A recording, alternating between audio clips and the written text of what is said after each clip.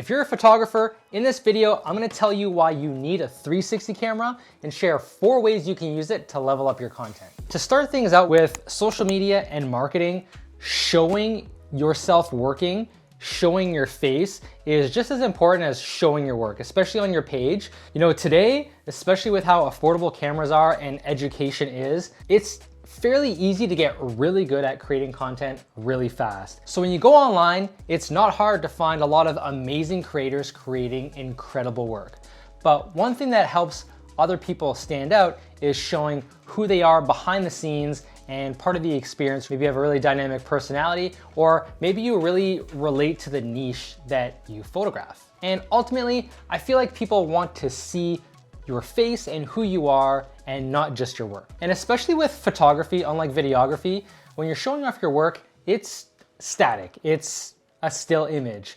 So having something like video can make your content a lot more dynamic and more scroll stopping on social media. Now, on a couple of occasions, I've been really fortunate to have hired somebody to shoot behind the scenes for me to create videos, but I'd say 90% of the time, I'm all by myself on a shoot and I'm managing a lot of stuff on set at all times. So I don't want to be thinking too much about capturing behind the scenes content or going out of my way or taking time to create marketing materials or to do any behind the scenes when I just want to be really focused on getting amazing work, or if I'm under a time constraint, I don't want to have that extra stress. So when I first started creating some of my behind the scenes content, I started pretty simple with my phone on a little adapter, on a little stand, or I would put it on a tripod and I would just put it in a corner and I would just film myself shooting.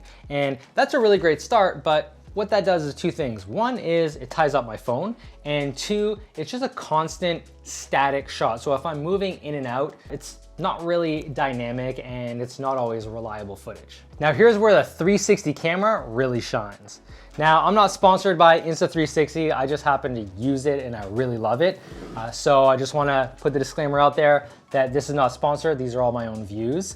But Insta360, if you wanna sponsor me, hit me up. But anyways, the great thing about a 360 camera is you can reframe it in post-production. So you essentially have various options for what seems like different angles. So if you're photographing a subject and you have it off to the side, you can reframe it so that it's creating a clip of your model, and then you can have another reframe clip of you shooting. Now you have 2 different clips which you can edit with of your model and you shooting, whereas if you just had your phone up there, it would just be 1. And the other cool thing is, since you can reframe in post, you can also add dynamic movement. So you can reframe it to start here and then end over there. So it looks like you had somebody on set with you painting the camera or just creating something that's a lot more dynamic than just a super static shot. So now that you see the value of a 360 camera, let me teach you 4 ways to use it to maximize your content. Number 1, grab a stand. So this is the easiest and most basic way to use the 360 is as you're shooting, just put it to the side, hit record, and then every 5-10 minutes or so, move it to a different area, shoot for a while, move it to a different area. So you get a bunch of different angles on your work. And in post-production, what you can do is reframe it so that the shot starts with you shooting, and then you can reframe and keyframe it so that it ends on your model, and then you can flash frame to some of your photos from that shoot as well. So this is super easy way. Grab a stand, throw your 360 camera on it, and you don't have to think about it too much. Another thing you can do, which I personally have not done, is to use a chest mount. Now, I personally don't use it this way, but you can if you're shooting a lot with a mirrorless camera, and you can get a shot of your hands, you get a shot of the camera, and then when your hands are down, you can see what the model is doing. So you get this really cool POV shot. However, you're not really maximizing the 360-degree camera, so you're just getting a front angle. So you can essentially also do this with your phone as well, or a different camera that has just a single lens.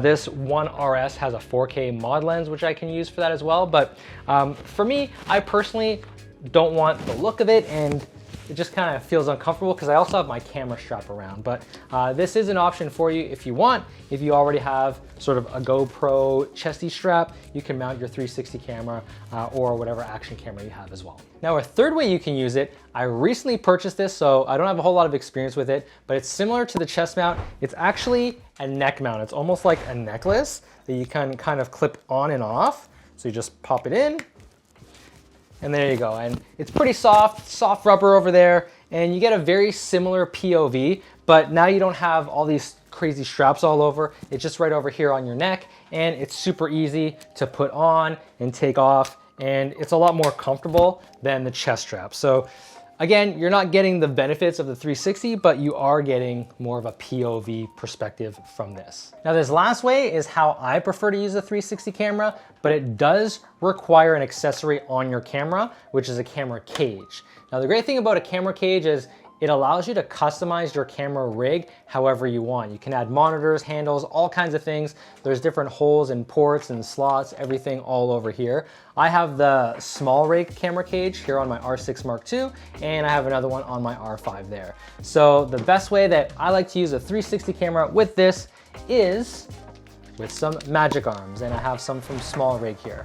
So I have some small ones, and I have a big one over here as well. And I also have a clamp, which I sometimes use with it as well.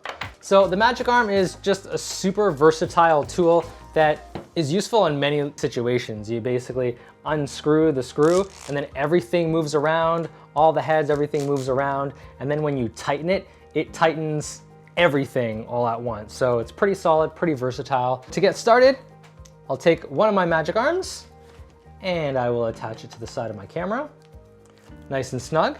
And then I'll extend it out, tighten it up, and then I will attach my 360.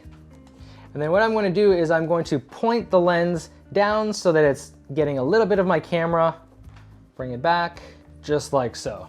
So now I have this really crazy rig. I know it looks like this alien kind of port out there. But while I'm looking through the viewfinder, or if I'm looking at the back of the screen, I'm far enough from the 360 camera where I'm not gonna be super distorted in front of it. So the great thing about this is I'm gonna be able to get some footage of me photographing, and while I'm talking, communicating, and posing, and then I'll be able to reframe in post-production, getting a shot of my model there as well. It does get in the way sometimes if I'm going to shoot vertical. You know, I have my hand over here, but I've learned to just kind of work around it. There are other ways that I've seen people work where they'll actually put the 360 and they'll mount it right on the hot shoe, which is totally fine as well. And then you're getting this POV where you're getting a little bit of the lens and you're seeing what the person is shooting there as well. But if you're really close to your camera all the time, you're gonna get a very distorted look at your face. So that's why I've started working with the small rig magic arm. Sometimes I'll use the smaller one. Sometimes I'll mount it on the top and I'll put out to the side. So experiment with it. Another way that I also use this is I use a clamp. I'll usually do this if I'm out on a kayak. I'll put my magic arm with my 360 and then I'll use the clamp and then I'll clamp it onto the kayak.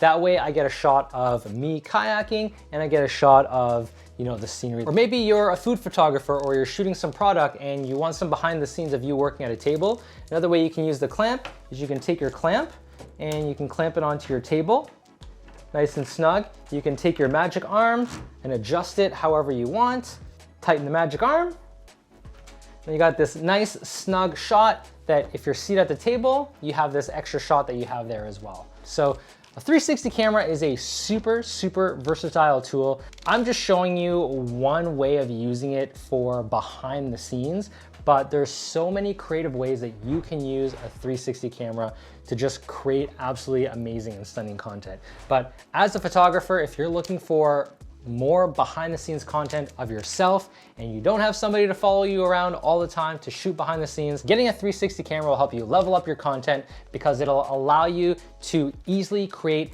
dynamic and moving footage to help support all of the behind the scenes so you can help showcase your amazing photography and helping your customers and your clients get to know who you are. I hope that information was helpful, and if you're a photographer and you use a 360 camera, let me know which one you use and if there's any accessories or tips and tricks that you have as well so we can all learn together. So in the meantime, make sure you subscribe so that you don't miss a thing, and until next time, have fun and keep shooting.